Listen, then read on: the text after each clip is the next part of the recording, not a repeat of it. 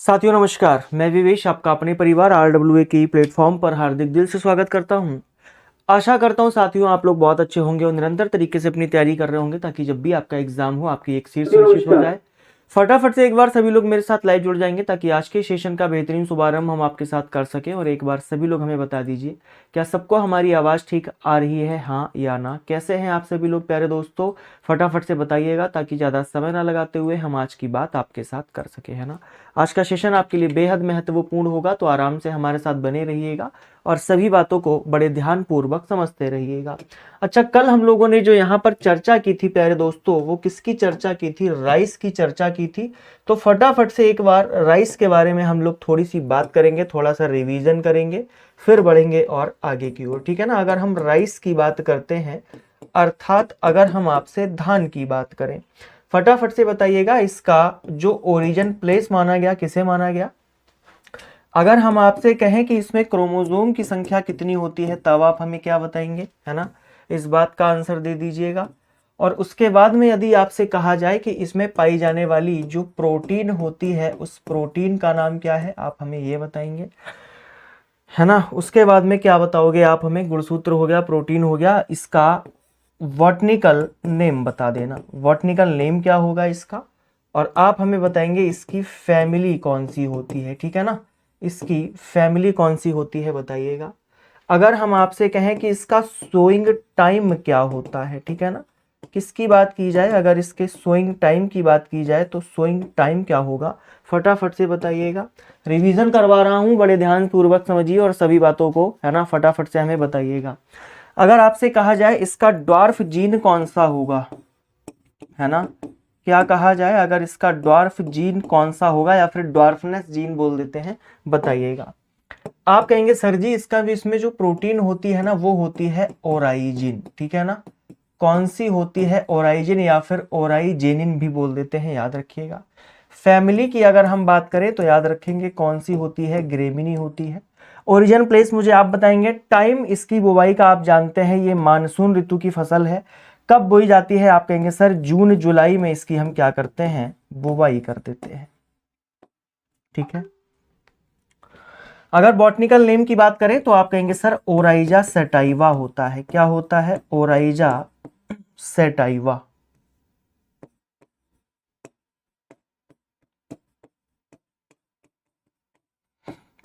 Chromosome मैंने आपको कहा था कि गेहूं के उल्टे कर दीजिएगा। गेहूं में कितने होते हैं? 42। आप इसमें जस्ट उल्टा कर दीजिए, आपके आंसर बिल्कुल सही आ जाएंगे, ठीक है।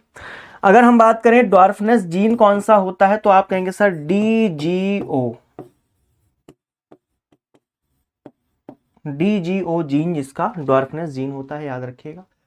ओरिजिन प्लेस मुझे कौन बताएगा कि इसका ओरिजिन प्लेस क्या होता है? फटाफट से सभी लोग कमेंट बॉक्स में हमें मेंशन कर दीजिएगा। चलिए आज हम इसकी सीड रेट की बात करेंगे और आप लोग हमें बताएंगे कि इसकी जो सीड रेट होती है प्यारे साथियों, वो कितनी होती है ना। क्या बात है, अंकित यादव ने हमें सारी चीजें लगभग बता दी हैं। और एक बात समझिएगा, धान और गेहूं से आपको क्वेश्चन देखने को मिल सकता है ना। और जब क्वेश्चन देखने को मिलेगा तो गलत नहीं होना चाहिए, ठीक है जी। क्या बात सभी को समझ में आई है? फटाफट से बताएंगे इसका ओरिजिन प्लेस किसको माना जाता है, तो आप कहेंगे सर इंडो बर्मा को माना जाता है।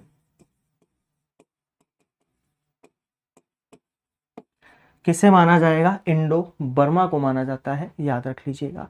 अगर हम आपसे कहें कि टाइप ऑफ इन्फ्लोरेसेंस क्या होता है, इसके पुष्पक्रम का प्रकार क्या होगा, है ना। टाइप ऑफ इन्फ्लोरेसेंस बोलते हैं। अगर हम पुष्पक्रम के प्रकार की बात करें तो आप कहेंगे सर जी पेनिकल होता है। कैसा होता है? पेनिकल। और अगर आपसे कहा जाए टाइप ऑफ फ्रूट, यानी कि इसके फल का प्रकार क्या होगा, ठीक है ना, किसकी बात की जाए, अगर इसके फल के प्रकार की बात करें, टाइप ऑफ फ्रूट बोलेंगे, ठीक है ना, फल का प्रकार, तो याद रखिएगा जो गेहूं का होगा वही इसका होगा। कहने का मतलब है कैरियोप्सिस होगा क्या सर? हाँ, तो बिल्कुल याद रखिएगा कैरियोप्सिस होगा, याद रखिएगा।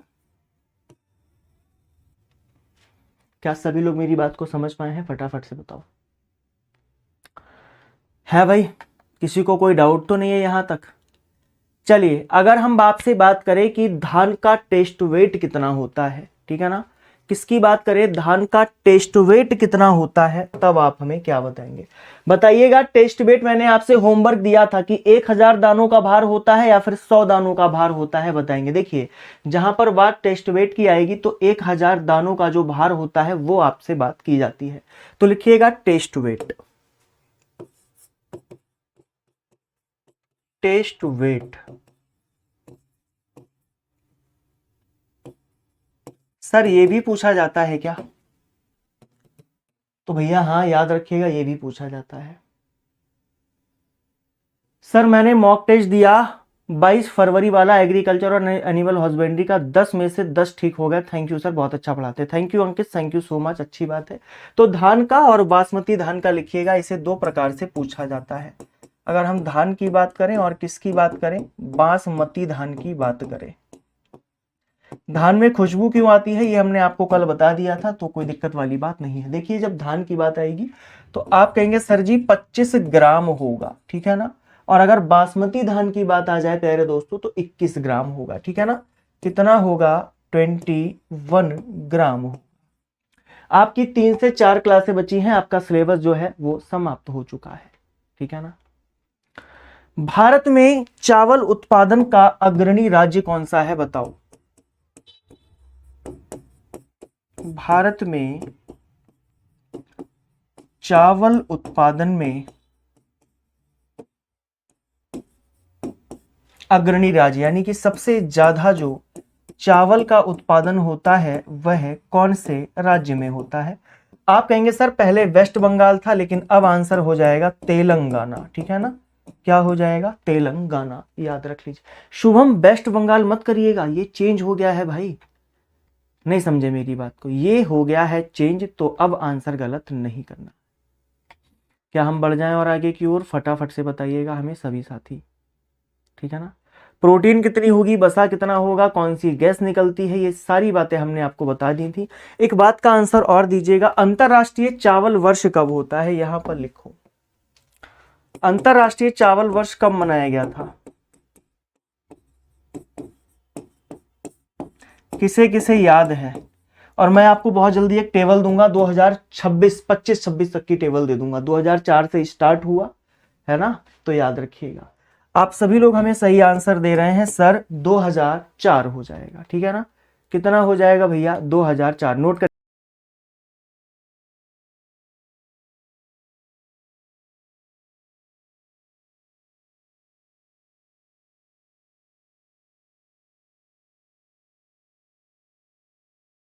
हाँ भाई नोट हो गया सभी लोगों का, तो वर्ष 2004 को आप लोग क्या करिएगा, याद रख लीजिएगा। देखिए इंपॉर्टेंट क्वेश्चन है, इसीलिए जितना भी रिवीजन आप लोग कर पाएंगे वो आपके लिए बहुत ज्यादा महत्वपूर्ण होगा।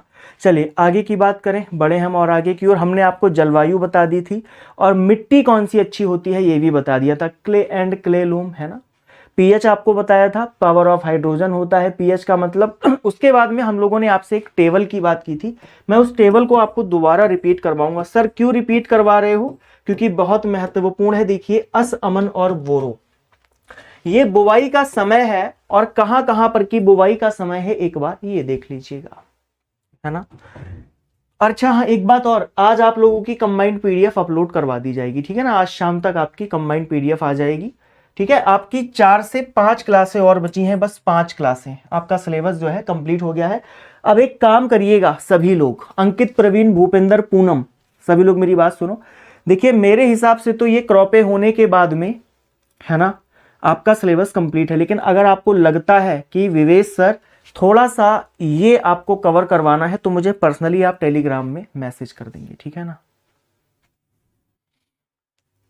चलिए देखिए, वर्षा ऋतु को जिसे हम रेनी सीजन बोलते हैं उसे अस कहा जाता है, शीत ऋतु को अमन कहा जाता है, और वसंत या ग्रीष्म ऋतु को बोरो कहा जाता है। अगर आपसे कहा जाए कि अस कहां पर कहा जाता है, आप कहेंगे सर बिहार और पश्चिम बंगाल में कहा जाता है, जिसकी बुवाई का समय अप्रैल मई है और कटाई का समय सितंबर अक्टूबर है। अमन का जून जुलाई है और कटाई का समय नवंबर दिसंबर है।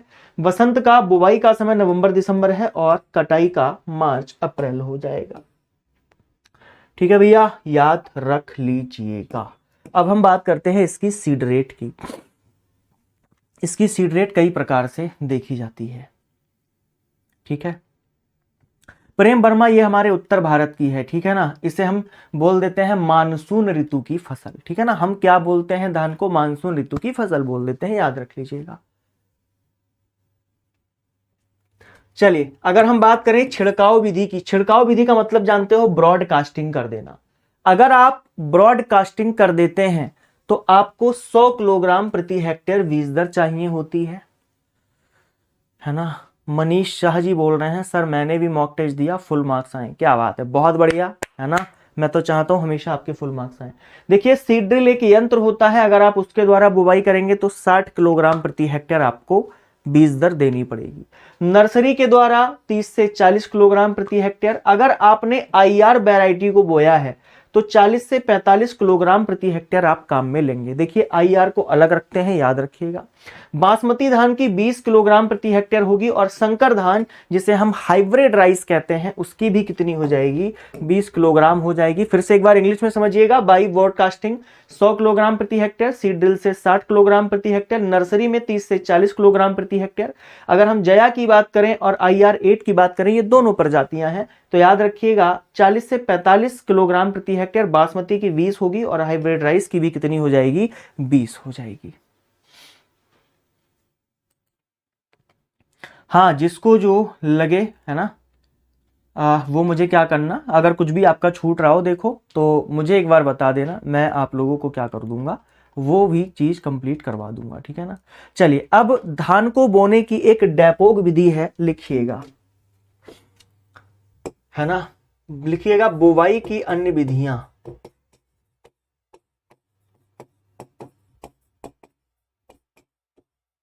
बुवाई की अन्य विधियां, नंबर 1 लिखिएगा डेपोग विधि। ठीक है ना। आपसे क्वेश्चन किस प्रकार से पूछा जाता है मैं आपको बताना चाहूंगा, नोट करिएगा।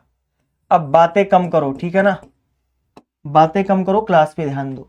तो याद रखिएगा प्यारे दोस्तों, डेपोग विधि IRRI मनीला फिलीपींस द्वारा विकसित की गई है। किसके द्वारा? IRRI मनीला फिलीपींस के द्वारा विकसित की गई है। याद रख पाएंगे, क्वेश्चन कई बार एग्जाम में पूछा जा चुका है। मनीला फिलीपींस द्वारा विकसित की गई है, याद रख लीजिएगा।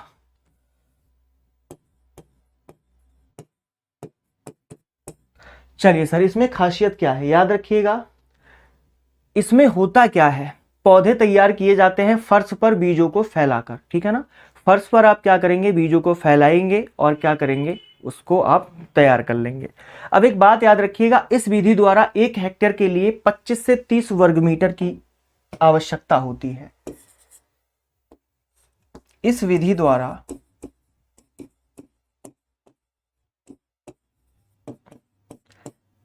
1 हेक्टेयर की बुवाई हेतु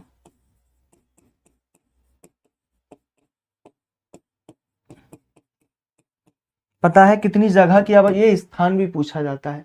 25 से 30 वर्ग मीटर लिखिएगा, कितना? 25 से 30 वर्ग मीटर स्थान की आवश्यकता होती है, याद रख लीजिएगा। और एक बात आपको बताता हूं, प्रति वर्ग मीटर में 3 किलोग्राम बीजों की आवश्यकता होती है, एवं प्रति वर्ग मीटर में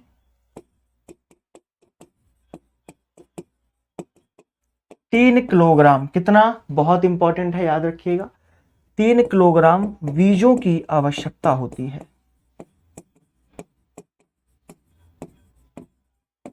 ये विधि है बस बुवाई करने की। ठीक है ना, इसके बारे में सिर्फ 2 चीजें याद रखनी है आपको, और याद रखिएगा पौधे 11 से 13 दिनों या फिर 14 दिनों में तैयार हो जाते हैं। इसमें पौधे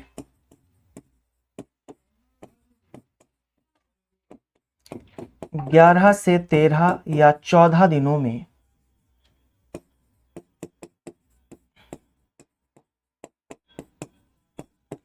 क्या हो जाते हैं, तैयार हो जाते हैं। किसके लिए तैयार हो जाते हैं? बुवाई के लिए। बुवाई के लिए क्या हो जाते हैं, तैयार हो जाते हैं, याद रख लीजिएगा।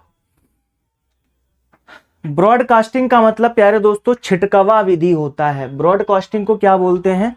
छिटकवा विधि बोलते हैं, याद रखिएगा, ठीक है ना। लिख लो, छिड़काव विधि बोल दिया जाता है, ठीक है ना। छिड़काव, देखो छिड़काव यानी कि क्या करते हैं, ऐसे छिड़क छिड़क के बीजों को बोया जाता है। क्या सभी लोग बात को समझ गए हैं? जल्दी से बताओ। इस विधि को कहां पर विकसित किया गया? आप कहेंगे सर जी इस विधि को विकसित किया गया IRRI, ठीक है ना, याद रख पाएंगे? जल्दी से बताओ। अगली बात करते हैं SRI सिस्टम की, बहुत महत्वपूर्ण है, याद रखिएगा। नोट कर लिया आप लोगों ने? देखिए SRI विधि जो है ना कुछ इस प्रकार की होती है। SRI विधि है ना कुछ इस प्रकार की होती है। इसे सिस्टम ऑफ राइस इंटेंसिफिकेशन के नाम से जानते हैं। क्या कहा जाता है? सिस्टम ऑफ राइस इंटेंसिफिकेशन के नाम से जाना जाता है। इसके बारे में कुछ महत्वपूर्ण बातें हैं, उसको जरा समझिएगा, बहुत ज्यादा महत्वपूर्ण है। ये भी क्या है? धान की बुवाई की एक प्रकार की विधि है। तो प्यारे दोस्त एक बार जरा समझने की कोशिश करिएगा इस विधि में आखिर क्या किया जाता है।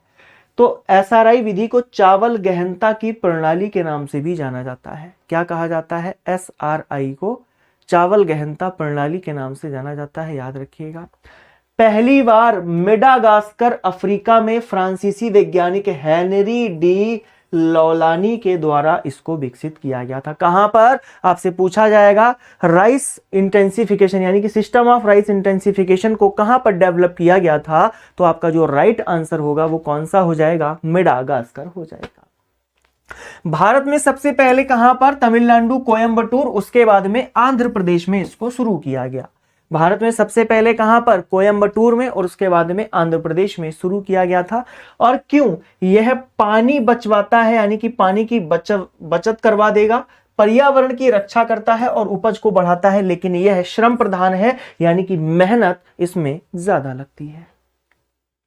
क्यों ज्यादा लगेगी मैं आपको बताऊंगा। देखिए नर्सरी उगाने के बाद, ठीक है ना, नर्सरी उगाने के बाद 8 से 10 दिनों के बाद नर्सरी जब उगेगी इसकी 8 से 10 दिन लगेंगे, और उसके लिए कुछ क्षेत्र में 10 से 12 दिन स्थानांतरण, यानी कि आपको पहले नर्सरी उगानी पड़ेगी, फिर उसको कहीं पर और जाकर लगाना पड़ेगा। जहां पर आपका खेत होगा आप वहां पर लगाएंगे, ठीक है।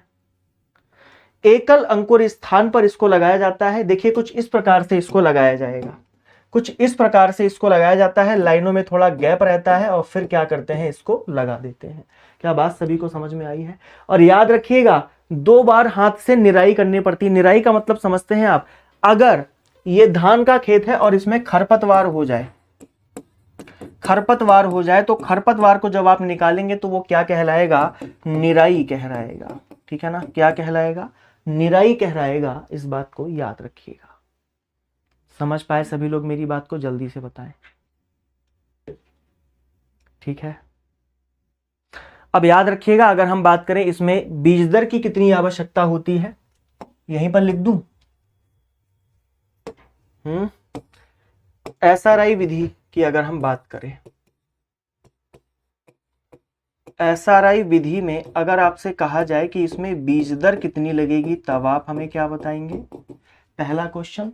और दूसरी बात याद रखिएगा उपज में कितनी वृद्धि होगी। उपज में वृद्धि होगी ना, कितने प्रतिशत की वृद्धि होती है, यानी कि कितने प्रतिशत ज्यादा आपको उत्पादन मिलेगा। तो बीज दर प्यारे दोस्तों इसमें पता है कितनी चाहिए? मात्र 5 किलोग्राम प्रति हेक्टेयर चाहिए। कितनी? 5 किलोग्राम प्रति हेक्टेयर चाहिए। और अगर हम उपज की बात करें यानी कि यील्ड में जो प्रॉफिट होगा, तो याद रखिएगा प्यारे दोस्तों लगभग 30 to 50% यील्ड में वृद्धि हो जाएगी, याद रख लीजिएगा, ठीक है। बात सभी लोगों को समझ में आई है? बढ़ें और आगे की ओर। सभी लोग बात को समझ पाए हैं तो चलिए अगर हम बात करें इसकी सिंचाई की, किसकी बात करें? सिंचाई की बात करें तो सिंचाई समझिएगा। सिंचाई को क्या बोलते हैं भैया? इरिगेशन बोलते हैं, इरिगेशन। इरिगेशन में अगर हम WR यानी कि वाटर रिक्वायरमेंट की बात करें, यानी कि इसकी जलमांग की बात करें, वाटर रिक्वायरमेंट को क्या बोला जाता है? जलमांग बोला जाता है। तो मेरे प्यारे साथियों याद रखिएगा इसके लिए 900 से 2500 मिलीमीटर पानी की आवश्यकता होती है। 900 से 2500 मिलीमीटर, यानी कि 900 से कम ना हो और 2500 से अगर ज्यादा भी होगा ना तो काम चल जाएगा, पर 900 से कम ना हो। एक बात और याद रखिएगा, धान के खेत में 5 सेंटीमीटर पानी खड़ा करते हैं, यानी कि आपने ये धान की बुवाई कर दी है ना, धान आपका निकलना मतलब धान की बुवाई करने के बाद में आप क्या करते हैं, 5 सेंटीमीटर तक तो इसको पानी में डुबो को रखते हैं। कितना? 5 सेंटीमीटर। बात समझ में आ गई सभी को? और इसकी जो क्रांतिक अवस्थाएं होती हैं वो फूल आने पर, कल्ले निकलने पर, दाना बनते समय, दूधिया अवस्था में। आप वॉइस नॉट क्लियर? क्या अब आवाज ठीक आ रही है? बताओ। हाँ भाई, अब आवाज ठीक है? जल्दी फटाफट से बताइएगा, कमेंट बॉक्स में मेंशन करें। बताओ प्यारे साथियों, आवाज ठीक आ रही है सबको? एक मिनट रुकिएगा। All okay? सब कुछ तो ओके मेरे भाई, क्यों परेशान हो रहे हो? चलिए बढ़ें और आगे की ओर, फटाफट से बताइएगा। अगर हम बात करें इसके खरपतवार नियंत्रण की, इसमें खरपतवार नियंत्रण कैसे किया जाता है एक बार समझो जरा। देखिए, खरपतवार नियंत्रण की अगर हम बात करें तो इसमें क्या लग जाता है, इसमें जंगली धान लग जाता है जिसे इकोनोक्लोवा स्पेसीज के नाम से जानते हैं। इकोनो है ना, इकाइनोक्नोवा। बेटा समझिएगा, थोड़ा सा कठिन है, मैं भी कंफ्यूज हो जाता हूं कभी कभी। क्या बोलेंगे इसे? इकाइनोक्नोवा। स्पेसीज होती है एक जो धान की मुख्य खरपतवार है। जंगली धान हेतु ब्यूटाक्लोर, ब्यूटाक्लोर को भैया मछेटी बोलते हैं, ठीक है ना। किस नाम से जानते हैं इसको? मछेटी कहा जाता है आम भाषा में। आप लोगों ने देखा होगा है ना, हमारे गांव में तो एक सुसाइड कर लिया था इसको पी के, मछेटी को। ब्यूटाक्लोर अथवा बेथियोकार्ब का प्रयोग करके हैं। और खरपतवार नाशी के लिए आप क्या करेंगे? प्रोपेनिल का प्रयोग भी कर सकते हैं। धान के खेत में प्रोपेनिल का प्रयोग जो है खरपतवार के 1 से 3 पत्तों पर किया जाता है, यानी कि जो खरपतवार के पत्ते होंगे ना वो 1 से 3 पत्तों पर इसका क्या कर सकते हैं आप? छिड़काव कर सकते हैं। बात समझ में आ गई सभी लोगों को? बेटा वो अलग था, वो एविना फटुआ अलग चीज होती है, ये अलग चीज है, ठीक है ना, याद रख लेना, गलत मत करिएगा। चलिए अब हम इसकी उपज देख लेते हैं। बेटा मनीषा बोल रही है कि वॉइस नहीं आ रही है। क्या वॉइस नहीं आ रही है? जरा एक बार मुझे बताइएगा सभी लोग। है भाई, ऐसा कैसे हो सकता है कि वॉइस ना आए? छिड़काव कर सकते हैं। देखो कितनी बढ़िया वॉइस आ रही है, ये अलग चीज है, ठीक है ना। आवाज आ रही सबको? एक बार जरा कमेंट बॉक्स में मेंशन करिएगा प्यारे दोस्तों। चलिए अब हम आ रही है। बेटा क्यों डिस्टर्ब कर रही हो क्लास मनीषा? अगर आपको आवाज नहीं आई, थोड़ा सा हाथों का प्रयोग करो, थोड़ा बैक जाओ, उसके बाद में दोबारा एंटर हो जाओ। है नहीं? बात समझ में आई? चलिए समझिएगा, अगर हम इसकी उपज की बात करते हैं तो कितनी उपज होती है देखो। अगर अगेती किस्मों की बात की जाए तो 40 से 50 कुंटल प्रति हेक्टेयर, मध्यम में 60 से 70 कुंटल प्रति हेक्टेयर, संकर धान यानी कि हाइब्रिड राइस की 60 से 70 कुंटल प्रति हेक्टेयर हो जाती है। अगर हम बात करें तो सामान्यतः बाली निकलने के 1 माह बाद धान क्या होता है? पक जाता है। बहुत नॉर्मल सी बात है। क्या ये भी तुम्हें याद रखना पड़ेगा कि धान कब पकता है? नहीं। अगर हम इसके स्टोरेज की बात करें तो 11 से 13 डिग्री प्रतिशत नमी होने पर इसको भंडारित करते हैं, यानी कि स्टोरेज किया जाता है। और अगर धान में दाने और छिलके की अनुपात की बात की जाए तो 2:1 होता है, याद रखिएगा, 2:1 होता है। बात सभी को समझ में आ गई? अब बात करते हैं चावल की महत्वपूर्ण किस्मों की, क्योंकि कई बार यहां से क्वेश्चंस पूछे जा चुके हैं और आगे भी पूछे जाएंगे, ठीक है। गुरुजी इनके ईयरपॉड्स में इशू होगा। बीरंदर एक बात बताओ जरा, तुम्हें कैसे पता कि उसके पास ईयरपॉड है?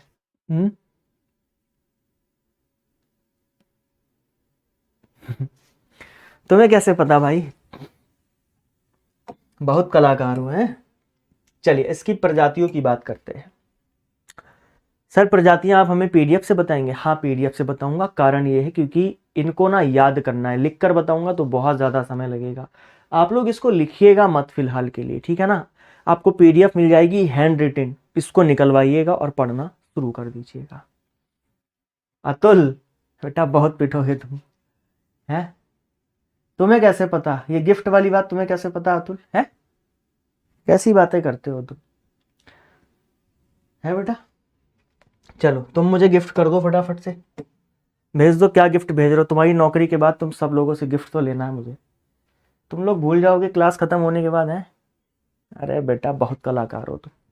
चलिए अगर हम बात करें, सबसे पहली प्रजाति है CORH1। बड़े ध्यान से समझिएगा, भारत में धान की पहली संकर किस्म कौन सी है अगर आपसे पूछा जाए तो CORH1 है, CORH1 है, याद रखिएगा। अगर बात करें TN1 की, ठीक है ना, तो विश्व की प्रथम बौनी किस्म है धान की, ठीक है ना, TN1। अच्छा बहुत बढ़िया। चलिए TN1 विश्व की प्रथम बौनी किस्म है, भारत में सर्वप्रथम ताइवान से लाई गई थी, ठीक है ना, भारत में सर्वप्रथम ताइवान से लाई गई थी। अगर हम बात करते हैं IR8 की, तो IRRI है ना, international rice research institute Philippines Manila के द्वारा विकसित की गई है। जीवाणु पत्ती झुलसा, इसमें रोग नहीं लगता है। जीवाणु पत्ती झुलसा रोग हम आगे पढ़ेंगे धानों के, ठीक है ना।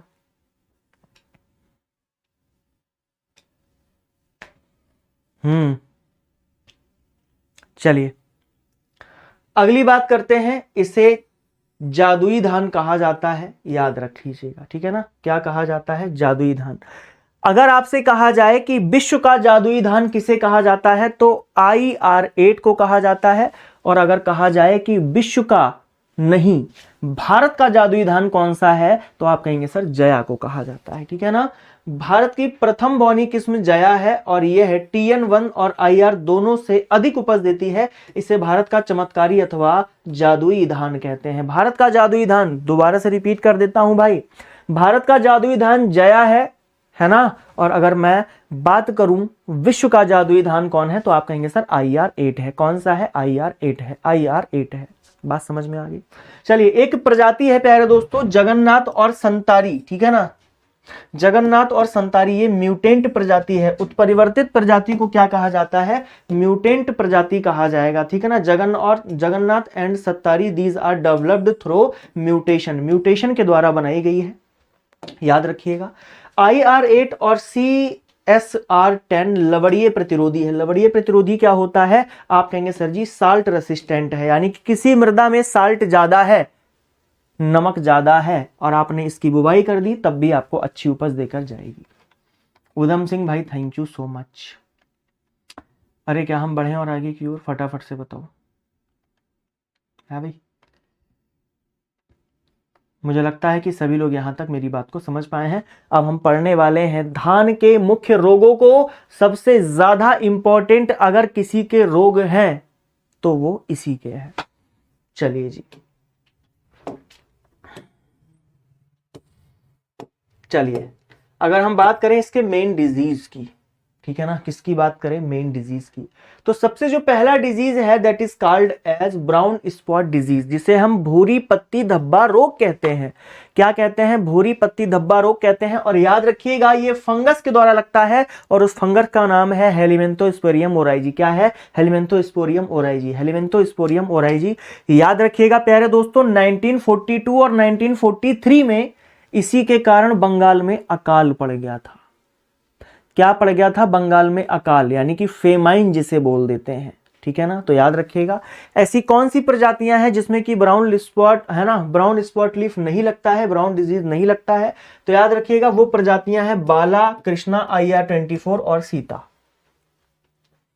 बहुत इंपॉर्टेंट है। चलिए मैं इसको हिंदी में भी बताता हूं एक बार। ब्राउन स्पॉट को हम भूरी पत्ती धब्बा रोग कहते हैं। हेलिमेंथोस्पोरियम ओराइजी कवक के द्वारा लगता है। मैं कहूंगा कि आप यहां पर ट्रिपल स्टार बनाइएगा, समझ रहे हो ना, ट्रिपल स्टार। 1942 में इसी के कारण पश्चिम बंगाल में अकाल पड़ गया था, याद रखिएगा, ठीक है। अगली बात करते हैं नंबर 2, ब्लास्ट ऑफ राइस, जिसे सहसा मारी रोग कहते हैं। ये पायरिकुलेरिया ओराइजी नामक कवक से लगता है। ये भी किससे लगेगा? पायरिकुलेरिया ओराइजी नामक कवक से लगता है, याद रखिएगा। अगली बात आती है जीवाणु पत्ती झुलसा रोग, ठीक है ना। कौन सा? जीवाणु पत्ती झुलसा रोग, जिसे बैक्टीरियल लीफ ब्लाइट डिजीज के नाम से जानते हैं, जिसे हम धारी रोग भी कहते हैं। क्या कहते हैं? धारी रोग भी कहते हैं। समझिएगा बड़े ध्यान से, है ना।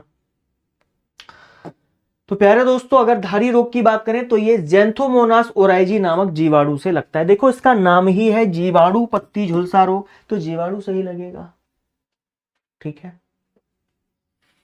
बात समझ में आई है? फटाफट से बताइएगा, नोट कर लीजिए, फिर बढ़ेंगे और आगे की ओर।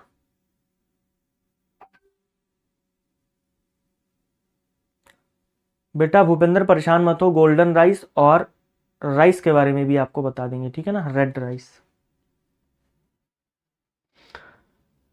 धान की नर्सरी का कैंसर रोग किसे कहा जाता है? आप कहेंगे सर जी जीवाणु पत्ती झुलसा रोग को कहा जाता है, ठीक है ना। गेहूं का कैंसर किसे कहा था? भूपेंद्र बेटा फटाफट से बताओ क्या आंसर होगा, ठीक है ना। भूपेंद्र जी बताएंगे गेहूं का कैंसर रोग हमने किसको कहा था, फटाफट से बताओ। अगली बात करते हैं, एक अकोची रोग होता है। जब ये रोग हो जाता है ना, तो प्यारे दोस्तों सबसे ज्यादा नुकसान यही रोग करता है। ये H2S की अधिकता के कारण हो जाता है। किसकी अधिकता के कारण होगा? H2S की अधिकता के कारण। कितने लोग साइंस वाले हैं जो H2S को जानते हैं? उधम सिंह बेटा फटाफट से बताओ H2S क्या होता है? हाइड्रोजन सल्फाइड होता है या कुछ और होता है? फटाफट से बताएं। धान में लगता है टुंगरू रोग। टुंगरू रोग होता है वायरस से, जिसे पत्ती का फुदका फैलाता है, ठीक है ना। क्या पहला? हाँ भाई, टेलीग्राम चैनल नेम बता दो बेटा। विवेश सर, ठीक है ना, एक ही नाम है बस, ठीक है, विवेश सर। लेकिन आजकल टेलीग्राम पे फ्रॉड बहुत चल रहा है, ठीक है ना। मेरा एक बैच था UP triple S C AGTA का, पूरा का पूरा कोई वायरल कर दिया यार। मतलब उसकी सारी क्लासें टेलीग्राम में पड़ी हुई हैं, पता नहीं बच्चे कौन सा दिमाग लगाते हैं, है ना। चलिए अगली बात करते हैं उफरा रोग की। ये सूत्रकृमि के द्वारा, बस यही याद रखना है तुम्हें, है ना। PhD नहीं करनी है, सिर्फ इतना याद रखना किसके द्वारा लगता है, यही पूछा जाता है। अगर आप लोग प्योर स्टूडेंट होते एग्रीकल्चर के और एग्रीकल्चर आ रही होती तो मैं आपको इसको किसी और लेवल का पढ़ाता, है ना। लेकिन मुझे पता है कि आप लोगों के एग्जाम में क्या चीजें महत्वपूर्ण है, ठीक है।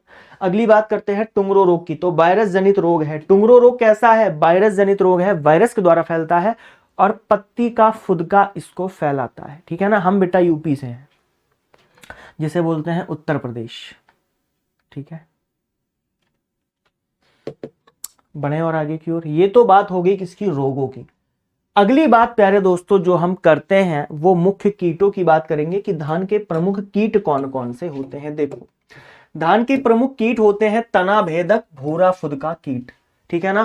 तना भेदक और भूरा फुदका कीट होता है, इस बात को याद रख लीजिएगा, ठीक है ना। मेन पेस्ट स्टेम बोरर और ब्राउन हॉपर। अगर हम बात करें इसके फिजियोलॉजिकल डिसऑर्डर की, फिजियोलॉजिकल डिसऑर्डर को जानते हो, यानी कि किसी भी पोषक तत्व की कमी के द्वारा होने वाले रोग होते हैं। किसी भी पोषक तत्व की कमी हो जाएगी और ये रोग फैलने शुरू हो जाएंगे, समझिएगा।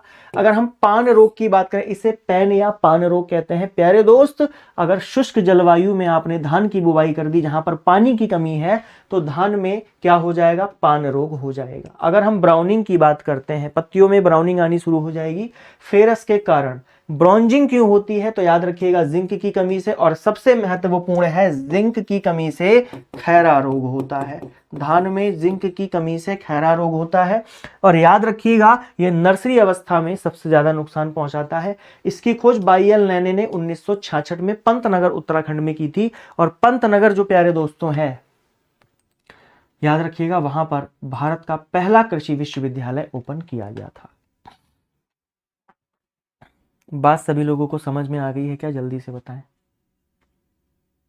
है भाई, मेरे किसी प्यारे भाई बहन को कोई भी डाउट तो नहीं है? फटाफट से जरा एक बार कमेंट बॉक्स में हमें मेंशन कर दीजिएगा। बस ये बातें आप लोगों को याद रखनी है, ठीक है ना। अब धान के कुछ इंपॉर्टेंट पॉइंट मैं आपके लिए लेकर आया हूं, ठीक है ना, जो बहुत ज्यादा आपके एग्जाम में काम आने वाले हैं, ठीक है। चलिए फटाफट से इन्हें कंप्लीट, वही बातें हैं जो मैं पढ़ा चुका हूं आपको। इन पॉइंट्स को एक बार रिपीट कर देता हूं, याद रखिएगा। देखिए, एक राइस होता है जिसका नाम है सुपर राइस। सुपर राइस क्या होता है? ऐसी किस्में जो सामान्य की तुलना में 1.5 गुना अधिक उत्पादन देती हैं, उन्हें हम क्या कहते हैं? Super rice. और सुपर राइस तो कहते ही हैं, जैसे कि एक प्रजाति है जिसका नाम है लूंगसरी, ठीक है ना? कौन सी? लूंगसरी। धान में सबसे अधिक प्रोटीन वाली किस्म साबरमती है, पहले ही पढ़ चुके हैं। अन्य किस्में कस्तूरी, खुशबू, चंबल, कावेरी और आकाशी हैं। बासमती धान में सुगंध आपको पता होना चाहिए, पेंडा मरीला कीटोन के कारण आती है, इस बात को याद रख लीजिएगा। विश्व का जादुई धान IR8 है। अगर हम भारत की बात करते हैं तो भारत का जादुई धान कौन सा है? जया, सुषमा, हेमा, है ना बेटा? जया है। धान की प्रथम उत्परिवर्तित किस्म है जिसका नाम है जगन्नाथ। जगन्नाथ। धान की IARI यानी कि इंडियन एग्रीकल्चर रिसर्च इंस्टीट्यूट के द्वारा जो विकसित की हुई प्रजातियां हैं, बाला कंचन, किरण और भवानी, ठीक है ना? कौन सी? बाला कंचन, किरण और भवानी। बेटा जब मैंने नेट का एग्जाम दिया था ना, ये वाला क्वेश्चन आया था, ये वाला, भवानी, जय भवानी वाला। बढ़े और आगे की ओर, क्योंकि बेटा वो मानसून ऋतु की फसल है, और मानसून ऋतु वाली जितनी फसलें हैं सब ज्यादा पानी चाहती हैं, ठीक है ना? और जिस जगह से मेथेन गैस रिलीज होगी वो सारी की सारी फसलें जो हैं ज्यादा पानी चाहती हैं, ठीक है? गोविंदवाला, कावेरी, पूसा 221 धान की सीधी बुवाई करने वाली किस्में हैं, यानी कि ब्रॉडकास्टिंग, ऐसे छिड़काव करके आप इनकी बुवाई कर सकते हैं। क्या बात सभी को समझ में आई है? और धान की कटाई के समय 20% नमी होनी चाहिए, चाहो तो इस बात को भी आप लोग याद रखिएगा। हम समाप्त कर चुके हैं प्यारे दोस्तों धान को। धान के बारे में आप लोगों से इतनी ही चीजें पूछी जाती हैं, ठीक है, याद रख लीजिएगा। चलिए एक बात को नोट करिएगा, अगर मैं आपसे कहूं फादर ऑफ गोल्डन राइस के नाम से हम किसे जानते हैं, तब आप हमें क्या बताएंगे? लिखिएगा, फादर ऑफ गोल्डन राइस। बताओ फटाफट से आंसर क्या होगा? तो आप कहेंगे सर उनका नाम है इंगो पोट्रिकस। क्या नाम है भैया? इंगो पोट्रिकस उनका नाम है, याद रख लीजिएगा। कभी भी ये क्वेश्चन पूछा जाए तो गलत नहीं होना चाहिए। और गोल्डन राइस में प्यारे दोस्तों विटामिन ए होता है, इस बात को भी याद रखिएगा, ठीक है ना?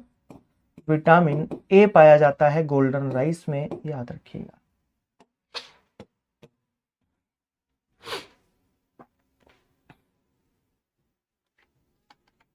चलिए बढ़े और आगे की ओर।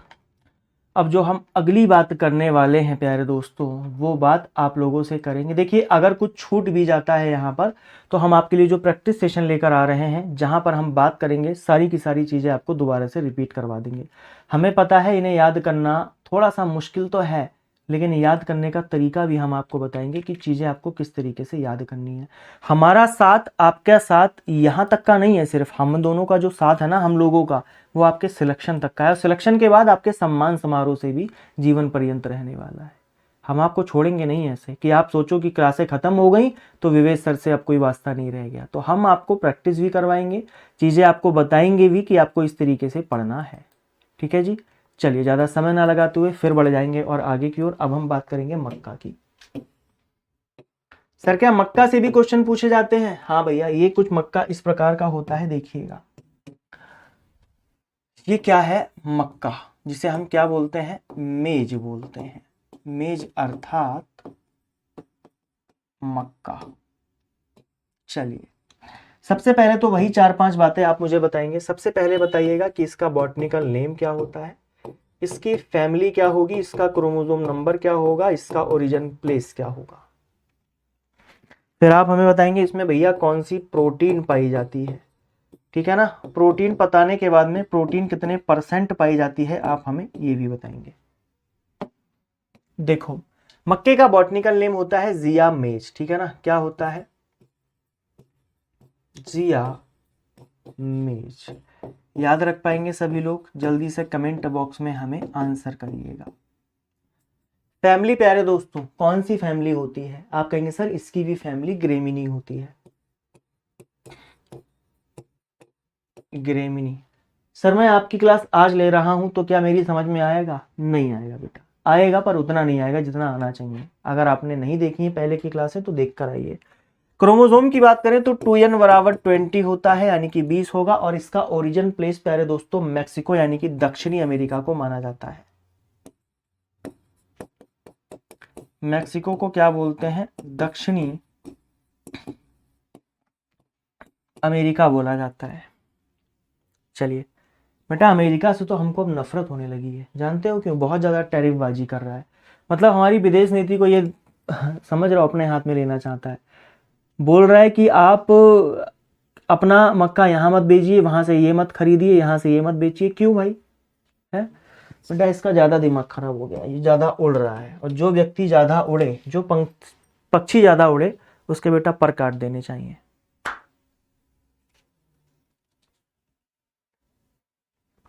चलिए प्रोटीन की बात करें अगर हम मक्के में, तो 10 से 11% लगभग प्रोटीन पाया जाता है। कितना? 10 से 11%। और याद रखिएगा जो प्रोटीन पाया जाता है इसका नाम क्या है? Gene protein. मक्के में कौन सा प्रोटीन होता है? जीन प्रोटीन पाया जाता है, याद रखिएगा। बात सभी को समझ में आ गई? अगर हम आपसे कहें कि मक्के में फैट कितना होगा और कार्बोहाइड्रेट कितना होगा, ये भी बता दो। चलो वसा बता दो। और अगर आपसे कहें कार्बोहाइड्रेट कितना होगा, तब आप हमें क्या आंसर दे रहे होंगे? प्यारे दोस्तों याद रखिएगा, फैट इसमें होता है 3.6 से 4% तक, और अगर हम कार्बोहाइड्रेट की बात करें तो ज्यादा होता है, अप्रोक्स 66% होगा। 66 से 68 भी लिख सकते हो। याद रखिएगा, क्वीन ऑफ सीरियल कहा जाता है, यानी कि अनाजों की रानी कहा जाता है। अनाजों की रानी। राजा किसे कहा जाता था आपको पता होगा? किंग ऑफ सीरियल्स, तो आप कहेंगे सर जी गेहूं को कहा जाता था। बात समझ में आ गई? इसके फल का प्रकार कैरियोप्सिस होगा और पुष्पक्रम का प्रकार स्पाइक होगा, इस बात को याद रख लीजिएगा। बढ़े और आगे की ओर। हाँ भाई, देखिए मक्का जो है ना, मक्का एक द्विलिंगी प्लांट होता है। सर द्विलिंगी प्लांट का मतलब क्या है? मेज हैज बाइसेक्सुअल नेचर, यानी कि बाइसेक्सुअल का होगा, मेल फीमेल दोनों एक ही प्लांट पर होते हैं। तो क्या लिखेंगे? अगर हम मक्के की बात करें तो स्टार लगा के लिखिएगा कि यह है द्विलिंगी पौधा होता है। कैसा होगा? द्विलिंगी, जिसे हम बाइसेक्सुअल बोलते हैं।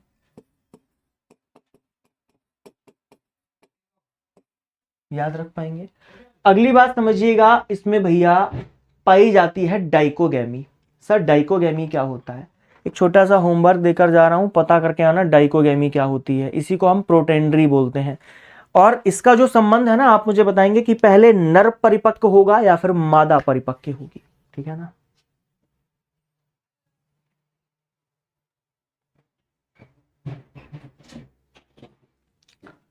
इंसाफ खान, सब हालचाल बढ़िया बेटा, पढ़ाई पे ध्यान दो तुम, है ना? क्या है फिर से बताता हूं, मक्के में डाइकोगैमी पाई जाती है, डाइकोगैमी। और अगर हम डाइकोगैमी की बात करते हैं, डाइकोगैमी पाई जाती है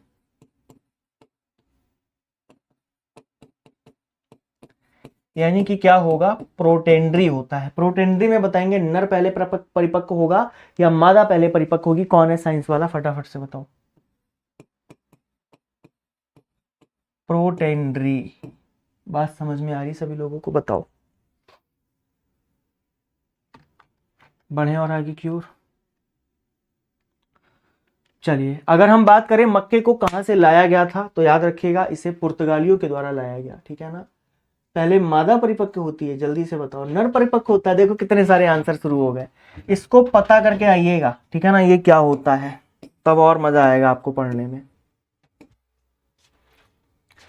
यहां तक किसी को कोई डाउट तो नहीं हुआ बेटा? अगर हो तो भी मत बोलना, क्योंकि होना नहीं चाहिए, है ना? नहीं होना चाहिए। चलिए जी, मक्के के बारे में थोड़ी सी और बातें समझो। देखिए मक्का का भारत में आगमन 17वीं शताब्दी में हुआ। कहां से? पुर्तगालियों के द्वारा लाया गया था, ठीक है ना? कहां से लाया गया? पुर्तगालियों के द्वारा लाया गया 17वीं शताब्दी में। पूछा जा चुका क्वेश्चन है भैया, इंपॉर्टेंट लगा लीजिएगा। विश्व में मक्का सबसे ज्यादा क्षेत्रफल में अमेरिका, और इसे अमेरिका की रीढ़ की हड्डी कहा जाता है, यानी कि बैकबोन ऑफ अमेरिका कहा जाता है। सबसे ज्यादा जो उत्पादन होता है, क्षेत्रफल और उत्पादन में दोनों जो अभी तक आगे है, वो कौन है? अमेरिका ही आगे है। राजस्थान में मक्का का सर्वाधिक उत्पादन और क्षेत्रफल जो है वो बांसवाड़ा में है। याद रख लेना चाहो तो, वरना भूल भी जाओगे तो कोई दिक्कत नहीं, पूछने वाला क्वेश्चन है नहीं ये। मक्का मुख्य रूप से खरीफ ऋतु की फसल है, आपको पता है, याद रखने की जरूरत है इसको। लेकिन इसे बांसवाड़ा और डूंगरपुर, क्योंकि बांसवाड़ा और डूंगरपुर कहां पर है? राजस्थान में है। इसे रवि के मौसम में उगाया जाता है, इसलिए इंपॉर्टेंट हो जाता है। देखिए, मक्का का जो नर पुष्प है उसे हम टेसल कहते हैं। जो उसका नर पुष्प होगा उसे हम टेसल कहेंगे, और नर पुष्पन को टेसलिंग के नाम से जाना जाता है, ठीक है ना। संकरण के लिए मक्का के पौधे से नर पुष्प को हटाना डी टेसलिंग कहेंगे। चाहो तो इस बात को भी याद रख लीजिए।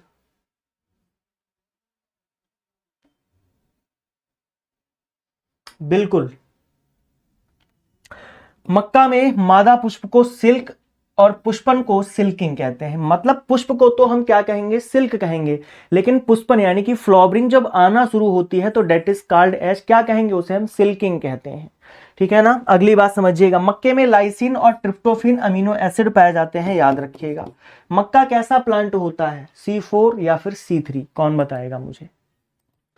है भाई, याद रखिएगा, मक्का एक प्रकार का C4 प्लांट होता है, ठीक है ना। और डे न्यूट्रल प्लांट होता है, यानी कि दिवस निष्प्रभावी, दिन के प्रकाश से कोई फर्क नहीं पड़ता है, दिन के प्रकाश से कोई फर्क नहीं पड़ता है। और मक्के से साइलेज अच्छा बनता है, याद रखिएगा, क्योंकि साइलेज एक प्रकार का क्या है? गीला चारा है। साइलेज एक प्रकार का कैसा चारा होता है? गीला चारा होता है, याद रखिएगा। बढ़े और आगे की ओर चलिए, अगली बात समझिएगा प्यारे दोस्तों। देखिए, मक्के में ना जड़ें पाई जाती हैं 3 प्रकार की, सेमिनल, क्राउन और प्रॉप। देखिए, सेमिनल क्या होती हैं? स्थायी जड़ें होती हैं। देखिए, मक्का आपने देखा होगा ना, चलिए मैं आपको बताता हूं सारी बातें। अगली होती है क्राउन रूट, जिन्हें स्थायी जड़, ये भी स्थायी जड़ होती हैं, और ये वाली अस्थायी जड़ होती हैं। एक होती है प्रॉप, ये मक्के के पौधे को सहारा देती हैं, जिनसे मक्का गिरता नहीं है। मक्के का प्लांट आप देखेंगे ना तो उसकी जड़ें कुछ इस प्रकार की होती हैं। इन्हें क्या कहा जाता है? इन्हें भैया प्रॉप कहा जाता है। सेमिनल जड़ें जो होती है ना, वो स्थायी नहीं होती हैं, यानी कि अभी यहां है तो कभी इस पार्ट में पहुंच जाएंगी, ठीक है ना। बस इतनी बात को याद रख लीजिएगा। 3 प्रकार की जड़ें होती हैं, सेमिनल, क्राउन और प्रॉप। अगली बात समझो, मक्के के लिए कैसी जलवायु चाहिए होती है? मक्के के लिए गर्म जलवायु चाहिए होती है। कौन सी जलवायु चाहिए? आप कहेंगे सर मक्के के लिए गर्म जलवायु चाहिए। और गर्म जलवायु में 2 प्रकार से आप देखेंगे, अंकुरण के लिए 21 डिग्री तापमान हो, और वृद्धि और विकास के लिए 24 से 30 डिग्री तापमान उपयुक्त होता है। 24 से 30 डिग्री तापमान जो है वह उपयुक्त होता है। अब हम बात करेंगे मक्के की बीज दर की, ठीक है ना। मक्के की बीज दर की बात की जाए तो मक्के की बीज दर को एक बार समझिएगा 3-4 प्रकार से देखते हैं, ठीक है ना। देखिए, मक्के के लिए मृदा कौन सी अच्छी होती है? दोमट मृदा सबसे उपयुक्त रहती है, जिसका पीएच 6 से 8 हो। जिसका पीएच कितना हो? 6 से 8 हो, ठीक है ना। सबसे अच्छी मृदा कौन सी होगी? दोमट मृदा अच्छी होगी, ठीक है ना, जिसे हम लोमी सॉइल के नाम से जानते हैं। ठीक है सोनिया, रिकॉर्डेड क्लास ले लो आप, यूपी हरियाणा जीके की, कोई दिक्कत वाली बात नहीं है। चलिए, बीज दर की बात करें तो संकर मक्का की जो बीज दर होती है वो 20 से 25 किलोग्राम होगी। संकुल मक्का, जिसे कंपोजिट मेज कहते हैं, 18 से 20 किलोग्राम होगी। चारे के लिए 40 से 50 ग्राम होगी। डिवलर के द्वारा बहुत कम, सिर्फ 4 किलोग्राम प्रति हेक्टेयर। स्वीट कॉर्न, जो मीठा कॉर्न होता है, 8 किलोग्राम प्रति हेक्टेयर। बेबी कॉर्न के लिए 25 किलोग्राम प्रति हेक्टेयर। पॉप कॉर्न के लिए 12 किलोग्राम प्रति हेक्टेयर। संकर मक्का का टेस्ट वेट 285 ग्राम होता है, ठीक है ना। और देसी मक्का अथवा संकर मक्का का कितना होगा? 200 ग्राम होता है। देखिए, संकुल मक्का को कंपोजिट कहा जाता है, ठीक है ना, कंपोजिट कहा जाता है, कंपोजिट मेज। बात सभी को समझ में आई है या नहीं बताओ?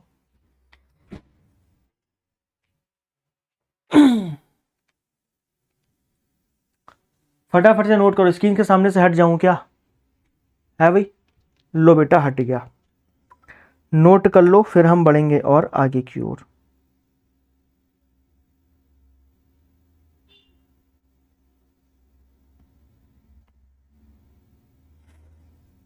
बताइएगा भैया।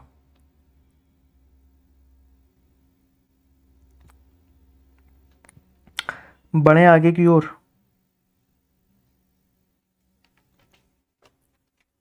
पवन सैनी जी। हाँ, इंग्लिश में भी पीडीएफ है ना, क्यों परेशान होते हो आप लोग। ये देखो, ठीक है ना। Lumi soil is most suitable for मेज क्रॉप, जिसकी पीएच वैल्यू 6 से 8 हो। कितनी हो? 6 से 8 हो। चलिए, इतनी बात समझ में आ गई सभी लोगों को। इसमें खरपतवार नियंत्रण कैसे करते हैं, एक बात और समझ लो बस लास्ट। प्यारे दोस्त, इसमें 2 से 3 निकाई गुड़ाई करते हैं। खरपतवार नियंत्रण, निकाई गुड़ाई का मतलब क्या है? भरे आपने मक्के को उगाया और उसी खेत में क्या हो गई? खरपतवार हो गई। तो आप जब खरपतवार को निकालते हैं ना, उसी को क्या कहते हैं? निराई कह देते हैं। और आप चाहें तो सिमाजीन या फिर एट्राजीन का स्प्रे कर दीजिए, खरपतवार खत्म हो जाएगा। कटाई की अवस्था देखिए, अगेती किस्मों में कितनी होती है? 70 से 80 दिन, DAS, day after sowing. Day after sowing, अरे भैया डे आफ्टर सोइंग। डीएस का फुल फॉर्म क्या होता है? Day after sowing. 80 से 90 मध्यम पछेती, पछेती में कितना हो जाएगा, यानी कि जो सबसे बाद में बुआई की जाती है, 90 से 100 दिनों में मक्का क्या हो जाएगा? काटने के लायक हो जाता है। ठीक है, मक्का क्या हो जाएगा? काटने के लायक हो जाएगा, याद रखिएगा। उपज कितनी होती है? संकुल किस्मों से 30 से 40 कुंटल प्रति हेक्टेयर, संकर से 40 से 60 कुंटल प्रति हेक्टेयर, और दानों में 10 से 12% नमी होने पर भंडारित किया जाता है, यानी कि स्टोरेज कर दिया जाता है। डीएस का मतलब है डे आफ्टर सोइंग, बेटा डे आफ्टर सोइंग, ठीक है ना। बस इतनी बातें आज के लिए समझ लीजिएगा। कल हम ज्वार और बाजरा पढ़ लेंगे। बस ज्वार बाजरा के बाद में थोड़ा सा गन्ने की बात करूंगा और आलू की बात करूंगा, जहां जहां से क्वेश्चंस बन सकते हैं। ठीक है प्यारे दोस्तों, तो आज के लिए हम लोग इतना ही रखते हैं। कल बात करेंगे, इसके रोगों को देख लेंगे, जो इंपॉर्टेंट है उनको, बाकी का बढ़ जाएंगे और आगे की ओर। तो सभी लोगों का बहुत बहुत धन्यवाद, जो लोग हमारे साथ बने रहे। जो लोग इस क्लास को रिकॉर्डेड फॉर्म में देखेंगे, उन भाई बहनों का भी बहुत बहुत धन्यवाद। चलो फटाफट से एक बार मुस्कुरा दो, और कल मुलाकात करते हैं इसी समय पर, नई उम्मीद और नए जोश के साथ। तब तक के लिए अपना ख्याल रखिएगा। आज की क्लास कैसी लगी है सभी लोग टेलीग्राम ग्रुप में जरूर बताएंगे। ठीक है प्यारे दोस्तों, चलिए नमस्कार, जय हिंद, जय भारत।